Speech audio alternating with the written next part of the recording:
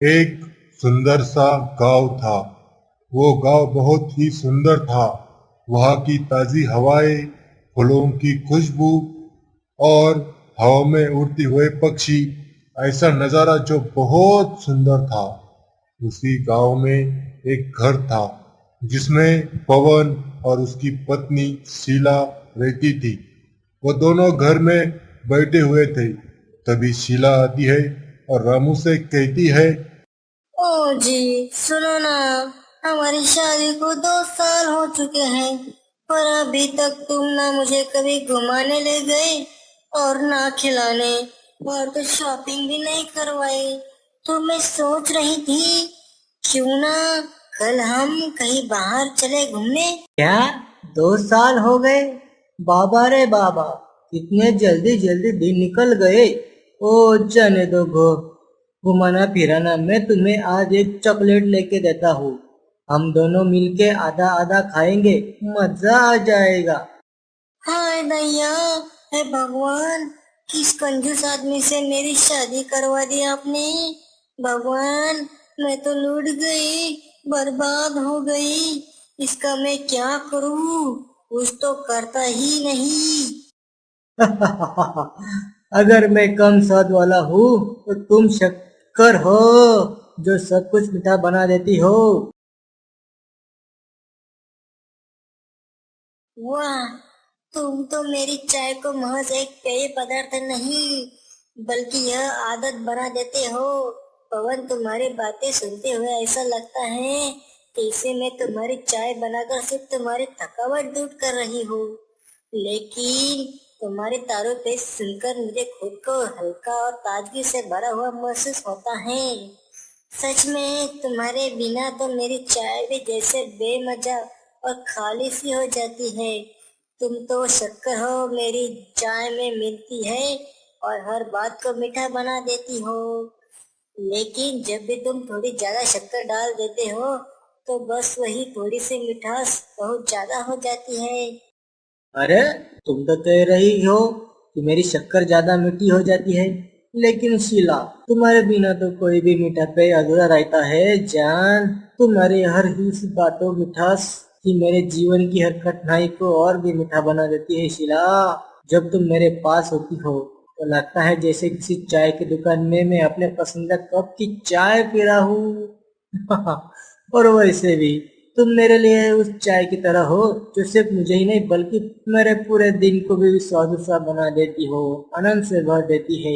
तुम्हारी चाय की तरह तुम्हारी बातें भी मेरे जीवन में हमेशा ताजगी लाती है शीला। तुम समझते क्यों नहीं? पवन, जब तुम मुझे ऐसी बातें करते हो ना, तो मुझे लगता है कि तुम सिर्फ चाय के कप में नहीं, बल्कि मेरे हर विचार और हर दिल की बात में छुपे हो। तुम्हारे बिना मेरी चाय भी सुनी रहती है, और तुम्हारे साथ तो लगता है जैसे मेरी जिंदगी का हर लम्हा खास होता जाता है। तुम हमेशा मेरे साथ हो, और यह महसूस होता है कि जब भी तुम चाय के कप के पास होते हो, तो मेरी दुनिया बिल्कुल सही चल रही होती है। क्या? क्या? चम्मच। अरे, वो तो हर कटोरे में होता है। तुम्हें लगता है चम्मच डालने से ही दही बन जाता है। अगर मैं चम्मच ही चम्मच हूँ, तो मैं खुश हूँ, क्योंकि तुम तो दही के साथ खिचड़ी की हर तरह हो। बिना काम के बस पूछते रह जाते हो। अरे, वो इसलिए क्योंकि मैं खिचड़ी हूँ, सादा पर हर स्वाद के साथ बेहतरीन। स्वाद? तुम्हारा तो स्वाद बस मेरी चम्मच में ही आता है, ओ भी ज्यादा नहीं। कुछ दिनों बाद पवन ने एक नया विचार सोचा। उसने शीला से कहा, शीला, मैं सोच रहा हूँ कि इस बार मैं आलसी आदमी बनूं। क्या तुम मुझे आलसी बनने की सलाह दोगी? नहीं, मैं तो पूरे गांव में आलसी आदमी की मिसाल बनना चाहता हूँ शीला। नहीं, मैं तो पूरे गांव में आलसी आदमी की मिसाल बनना चाहता हूँ शीला। अगर तुम आलसी आदमी बनना चाहते हो, तो तुम्हें पहले से ही आलसी की डिग्री मिल चुकी है। तुम बस आलसी विश्वविद्यालय में प्रोफेसर बन जाओ। शीला, तुम मुझे इतना चिढ़ा रही हो, लेकिन तुम भी कभी कभी आलसी बन जाती हो मेरी तरह। कुछ दिनों बाद पवन अपने खेत के पेड़ के नीचे बैठा था। जब शीला आई और पवन से पूछा, पवन, तुम पूरे दिन क्या सोचते रहते हो? खेत में काम करने के बजाय पेड़ के नीचे बैठकर आलसी की डिग्री ले रहे हो? नहीं, अब बहुत हुआ शीला। अब मैं पूरे गांव का सबसे आलसी आदमी बन जाऊं। मुझे पता है कि ये मैं पहले से ही आलसी हूँ, लेकिन अब ना, अब मैं इसे अगले रास स्तर पर ले जाना चाहता हूँ शीला। अरे, तुम तो पहले से ही आलसी हो। अब क्या प्रोफेसर बनना चाहते हो? इसका अलग से क्या कोर्स पढ़ाओगे? किसको पढ़ाओगे? हाँ हाँ हाँ, बिल्कुल। मैं जब आलसी विद्यालय का चांसलर बन जाऊंगा और आलस का पीएचडी करूंगा। हम्म अगर तुम आलस के चांसर बनोगे तो तुम्हारे डिग्री में बिना काम किए भी खुश रहने का फॉर्मूला जरूर होगा। चलो, घर चलते हैं। चलो, बस हो गया अब। हाँ, बिल्कुल बिल्कुल, और वो भी गंभीर आलस के साथ। चलो झंडो, चलो चला चांद मेरी, चलो चाय पीते हैं, चलो। जीवन में हंसी और मस्ती सबसे बड़ी दवा है।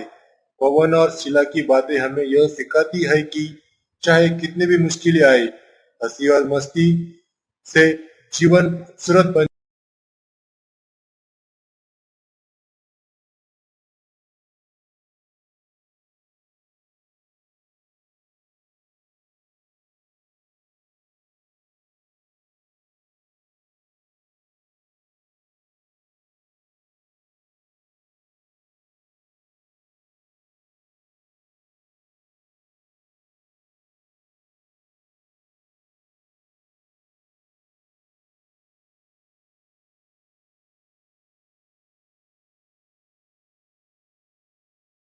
एक सुंदर सा गांव था। वो गांव बहुत ही सुंदर था। वहां की ताजी हवाएं, फूलों की खुशबू और हवा में उड़ते हुए पक्षी, ऐसा नजारा जो बहुत सुंदर था। उसी गांव में एक घर था जिसमें पवन और उसकी पत्नी शीला रहती थी। वो दोनों घर में बैठे हुए थे।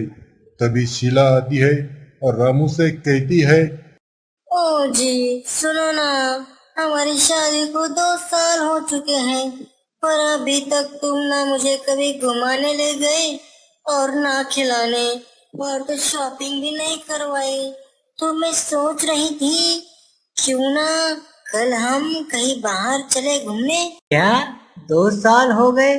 बाबा रे बाबा, कितने जल्दी जल्दी दिन निकल गए। ओ जाने दो गो, घुमाना फिराना। मैं तुम्हें आज एक चॉकलेट लेके देता हूँ। हम दोनों मिलके आधा आधा खाएंगे, मजा आ जाएगा। हाय दैया, हे भगवान, किस कंजूस आदमी से मेरी शादी करवा दी आपने। भगवान, मैं तो लूट गई, बर्बाद हो गई। इसका मैं क्या करूं? कुछ तो करता ही नहीं। अगर मैं कम स्वाद वाला हूँ तो तुम शक्कर हो, जो सब कुछ मीठा बना देती हो।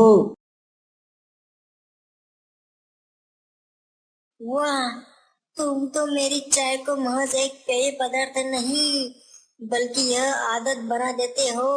पवन, तुम्हारी बातें सुनते हुए ऐसा लगता है कि इसे मैं तुम्हारी चाय बनाकर सिर्फ तुम्हारी थकावट दूर कर रही हूँ।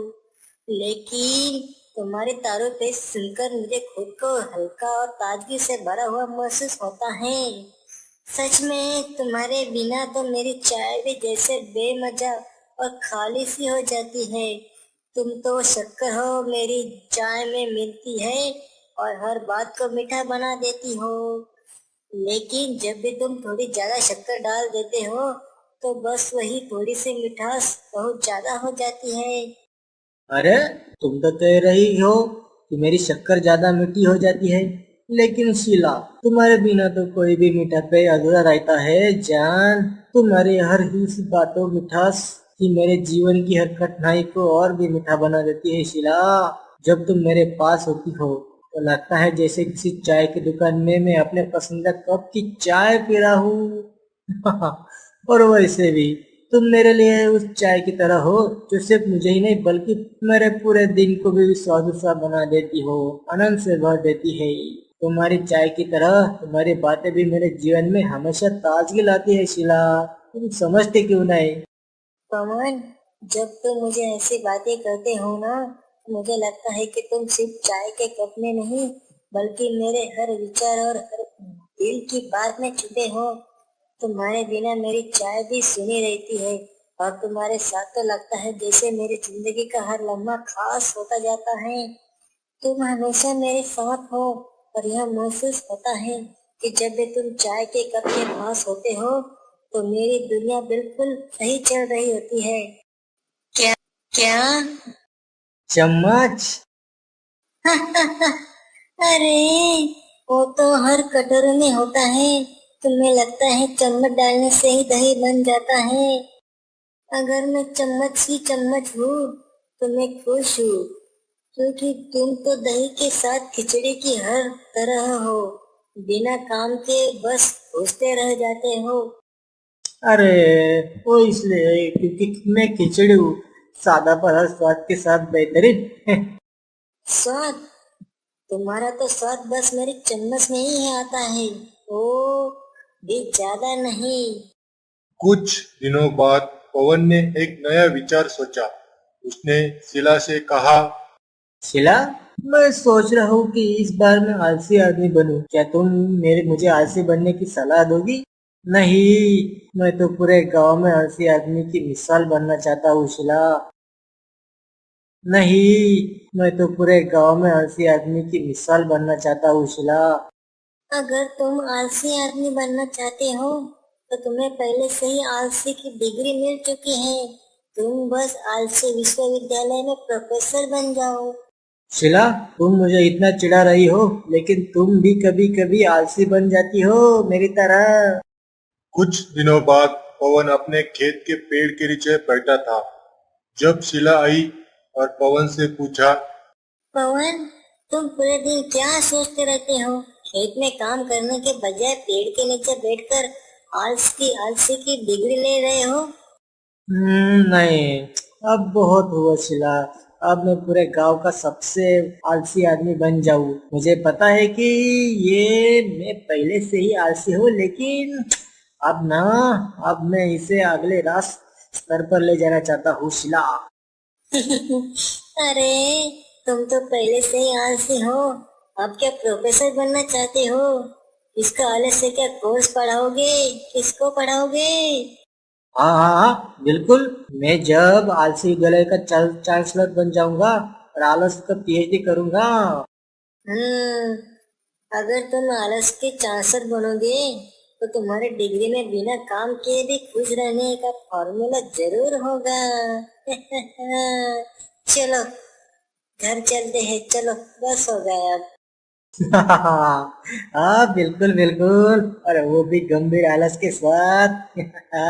चलो झंडो, चलो चला चैन मेरी, चलो चाय पीते हैं, चलो।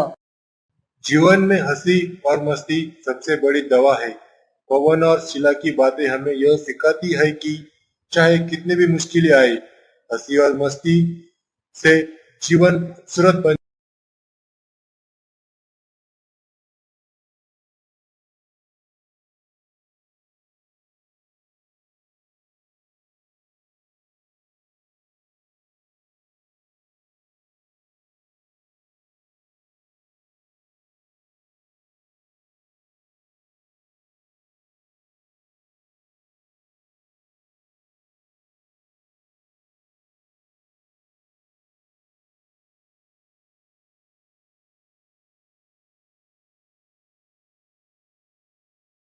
एक सुंदर सा गांव था।